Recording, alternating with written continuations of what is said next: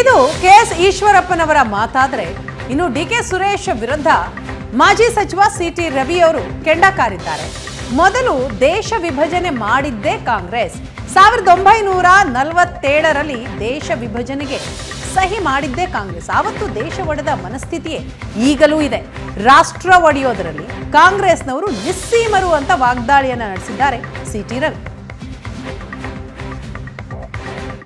ನಮ್ಮ ದೇಶ ವಿಭಜನೆ ಆಯ್ತಲ್ಲ, ವಿಭಜನೆಗೆ ಟ್ರೈ ಪಾರ್ಟಿ ಅಗ್ರಿಮೆಂಟ್ ಸೈನ್ ಹಾಕ್ತಾರೆ. ಒಂದು ಮುಸ್ಲಿಂ ಲೀಗು, ಇನ್ನೊಂದು ಕಾಂಗ್ರೆಸ್ಸು, ಇನ್ನೊಂದು ಬ್ರಿಟಿಷ್ ಸರ್ಕಾರ. ಅವತ್ತು ದೇಶ ಒಡೆದಂಥ ಒಂದು ಮನಸ್ಥಿತಿಯೇ ಇವತ್ತಿವರು ಹಿಂದೂಗಳಲ್ಲಿ ಜಾತಿ ಜಾತಿ ಹೊಡೆಯೋದು. ಅಷ್ಟು ಮಾತ್ರ ಅಲ್ಲ, ಉತ್ತರ ದಕ್ಷಿಣ ಅಂತ ಹೊಡೆಯೋ ರಾಜಕಾರಣದ ಮೇಲೆ ಮಾತ್ರ ಕಾಂಗ್ರೆಸ್ಸಿಗೆ ನಂಬಿಕೆ ಇರೋದು.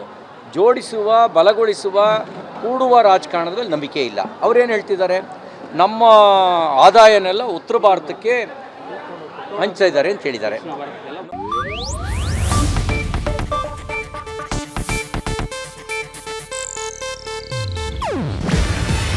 ಇದು ಏಷ್ಯಾನೆಟ್ ನ್ಯೂಸ್ ನೆಟ್ವರ್ಕ್ ಪ್ರಸ್ತುತಿ. ನೀವು ನೋಡ್ತಿದ್ದೀರಾ ಏಷ್ಯಾನೆಟ್ ಸುವರ್ಣ ನ್ಯೂಸ್.